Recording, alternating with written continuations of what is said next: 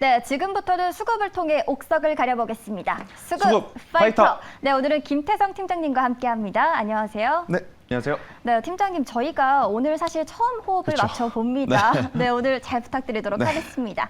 네, 그렇다면 오늘의 수급 동향부터 먼저 체크를 해보도록 하겠습니다.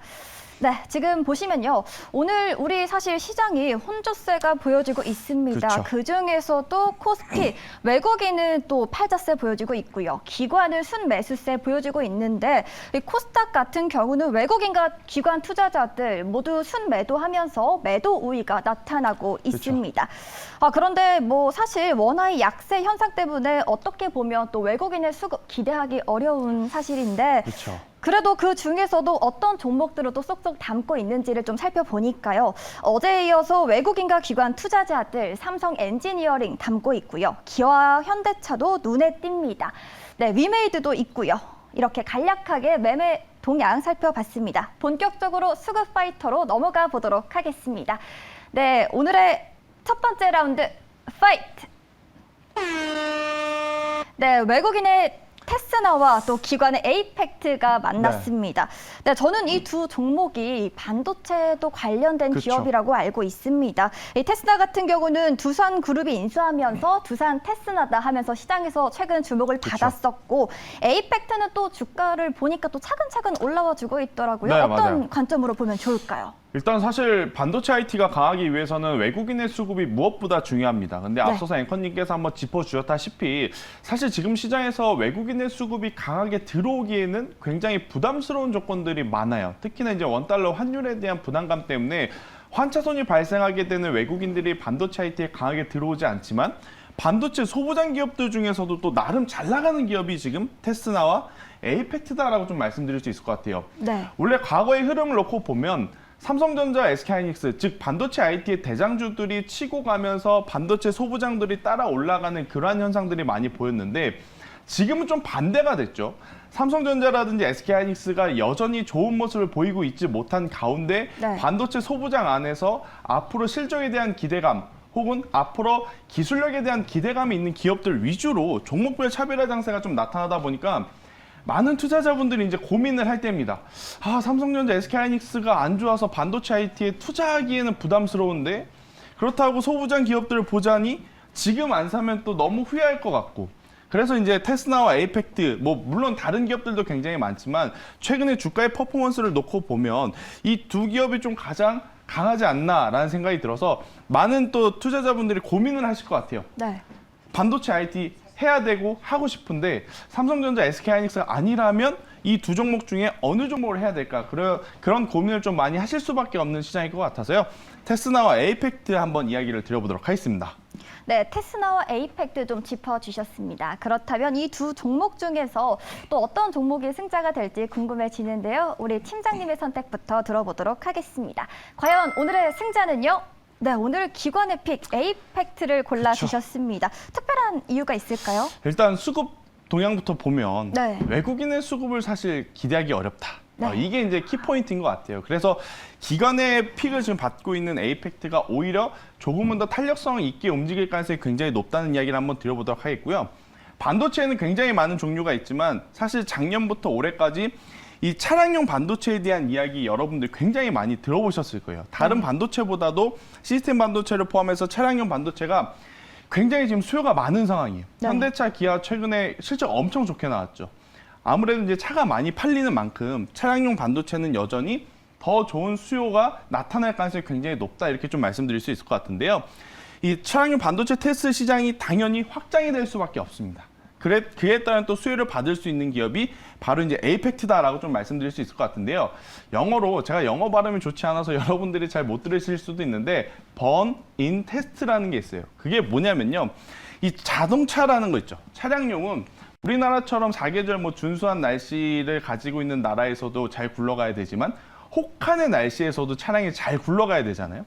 엄청나게 추운 나라 아니면 엄청나게 더운 나라 굉장히 이제 많은 이 환경 속에서 이 극한의 환경 속에서 그 차량들이 얼마만큼 잘 유지가 되는지를 테스트를 해야 되는 그런 것이 이제 가장 중요한데 이 버닝 테스트 이력이 지금 에이펙트는 굉장히 지금 좋습니다. 그래서 다른 반도체 차량용 반도체를 만드는 그러니까 테스트 장비를 만드는 어떤 기업들보다도 경쟁력을 좀 갖고 있다라는 거죠.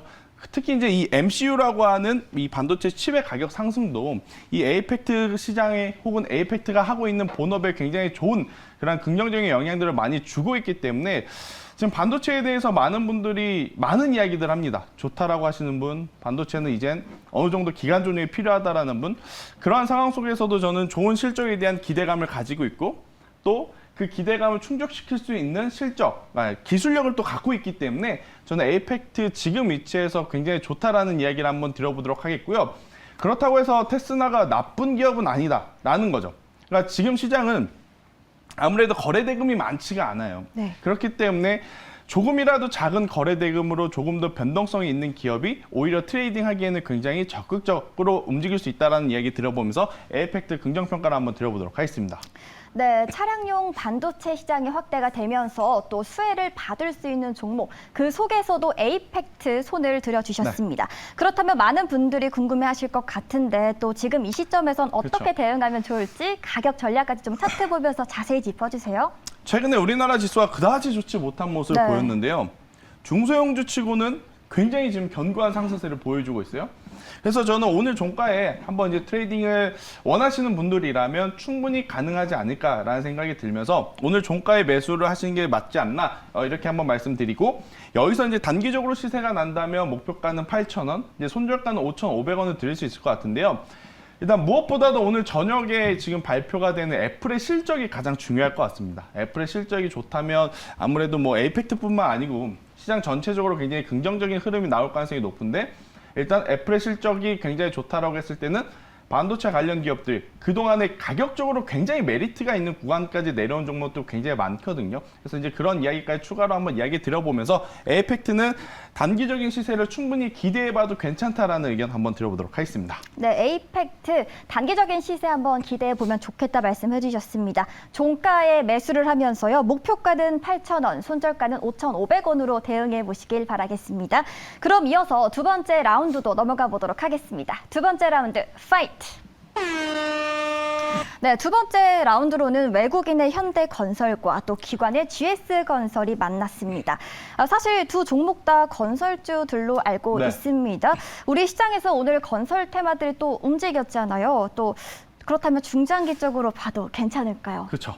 일단 건설주가 어제 이어서 오늘까지도 굉장히 좋은 모습을 좀 보였죠. 네. 일단 어제 하루 반짝 움직이고 오늘 쉬었다면 일단은 조금은 더 지켜봐야 되겠습니다만, 어제 이어서 오늘도 굉장히 강한 모습을 보이면서 현대건설, GS건설뿐만 아니고 굉장히 많은 기업들이 지금 좋은 모습을 보이고 있어요. 그래서 이제 많은 분들이 건설주 지금 사도 될까? 고민 분명히 하실 겁니다. 네. 왜냐하면 지금 이 아파트라든지 건물을 짓는 데 들어가는 모든 원자재들이 안 오른 게 없을 정도로 많이 올랐다고 하는데, 그러면 이 기업들 같은 경우에는 영업 마진율이 안 좋은데 주가는 왜 지금 올라가나? 이게 무슨 좋은 호재거리가 있나? 지금이라도 사야 될까? 그러한 고민을 당연히 하실 수밖에 없는 지금 현재 시점인 것 같아요. 그래서 현대건설과 GS건설을 포함한 건설주에 대한 이야기를 좀 한번 드려보도록 하겠습니다. 네, 오늘 건설주들 중에서 또 이 두 종목 어떤 종목 골라 주셨을지 우리 팀장님의 선택부터 들어보도록 하겠습니다. 과연 승자는요? 네, 외국인의 픽 현대건설을 또 골라주셨습니다. 네. 가격 전략까지 좀 짚어주시죠. 네, 일단 뭐 현대건설을 제가 선택을 했던 것은 일단은 국내 수주도 국내 수주지만 이 해외 수주가 앞으로 굉장히 중요할 것 같아요. 자, 왜냐하면 사실 건설주들이 올해 1분기 초 그리고 지난 4분기 굉장히 좋은 모습을 보였던 건 정부 정책에 엄청난 수혜를 받을 수 있다라는 이야기가 좀 많았었어요. 네. 아무래도 이제 부동산 정책이 문제가 되다 보니까 부동산 가격을 잡기 위해서는 굉장히 많은 집들을 공급해야 되기 때문에 그에 따른 호재를 건설사들이 많이 받을 수 있겠다라는 이야기들이 좀 돌았는데, 문제는 HDC 현대산업개발에서 좋지 못한 뉴스가 나오면서 아무래도 안전 이슈로 인한 속도전이 굉장히 불리한 상황이에요. 그러니까 건설사 입장에서는 빠르게 만드는 게 굉장히 중요합니다. 뭐 빠르게 만든다 그래서 이게 허술하게 만든다라는 표현이 아니고요. 빠르게 만들면 만들수록 그만큼 실적에 당연히 좋은 긍정적인 부분으로 잡히게 되는데, 이 속도를 내기에는 안전 이슈 때문에 굉장히 어렵다라는 거예요. 그러면 해외 수주가 가장 중요한 지금은 키포인트가 될 가능성이 높기 때문에 많은 건설사 중에 지금 현대건설 같은 경우에는 해외 수주 잔고가 굉장히 높다라는 관점에서 보면 뭐 건설주들 움직이면 같이 움직입니다. 하지만 그 안에서 조금 더 안정적인 종목을 좀 뽑아보자면, 그러니까 이게 키포인트예요. 좋은 기업과 안 좋은 기업으로 나누는 것이 아니고 굉장히 좋은 섹터이지만 그 안에서 가장 안정적인 종목을 한번 골라보자면 현대건설이 가장 지금 좋지 않나라는 이야기를 한번 드려보도록 하겠고요. 일단 우리나라 정부 정책에 따른 재건축 규제 완화 이게 있어요. 이게 이제 앞으로의 장기적인 모멘텀으로 굉장히 유효하다라고 좀 보시면 될 것 같은데, 결국엔 중요한 것은 원자재 가격 상승에 대한 부분을 언제 어느 시점에 어떤 방식으로 판가로 전이할 것인가, 이제 그것이 가장 키포인트가 아닐까라는 생각이 듭니다. 그래서 이제 이 건설사들도 앞으로 주가의 변동성이 좀 많을 가능성이 높아요. 하지만 그 안에서 가장 안정적인 기업을 좀 한번 뽑아보자면 현대건설이 가장 좋지 않나라는 의견 한번 드려보도록 하겠습니다. 네, 건설주들 중 해외 수주 잔고가 높은 현대건설, 또 안정적인 기업이다 설명해 주셨고요. 가격 전략까지 좀 짚어주시죠. 네, 일단 뭐 현대건설 같은 경우에는 지금 이 이평선을 아직은 돌파를 하지 못했습니다. 뭐 오늘 네. 돌파를 하면서 더 큰 시세가 나면 굉장히 좋겠지만, 저는 그래도 오늘 이 정도 상승만 하더라도 최근에 좀 흘러내려오는 주가의 하방을 좀 지지받아주는 그러한 역할을 확실하게 해줬다라는 판단이 들어서요. 오늘 종가에 관심 있으신 분들은 충분히 매수 가능하다라고 생각이 들고, 여기서 올라가게 된다면 목표가는 55,000원, 손절가는 4만 원을 제시드려보도록 하겠습니다. 네, 현대건설 여기서 올라가게 된다면 목표가 55,000원 잡아주셨고요. 손절가 4만 원 참고해 주시기 바라겠습니다. 접근하실 때 또 참고하시길 바라겠습니다. 네, 자 그럼 이어서 우리 김태성 팀장님의 픽 종목을 들어볼 텐데요. 앞서서 좀 리뷰부터 하고 넘어가야 할 것 같습니다. 또 3월 3일에 또 소개해 주셨던 현대차죠. 그때 목표가 아마 20만 원으로 또 잡아주셨는데 지금 거의 목표가에 도달해가고 있습니다. 이 시점에서 한번 리뷰 부탁드릴게요.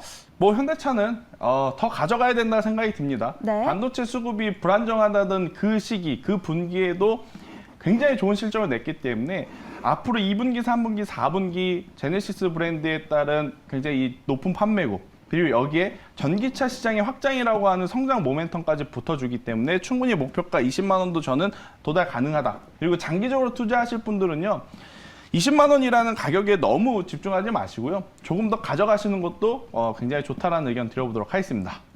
네, 현대차 다시 한번 짚어주셨습니다. 더 가져가도 된다라는 말씀 해주셨는데요. 목표가 20만 원 충분히 도달 가능하고요. 또 장기적으로 또 보실 분들은 또 계속해서 가져가는 전략 다시 한번 제시해 주셨습니다.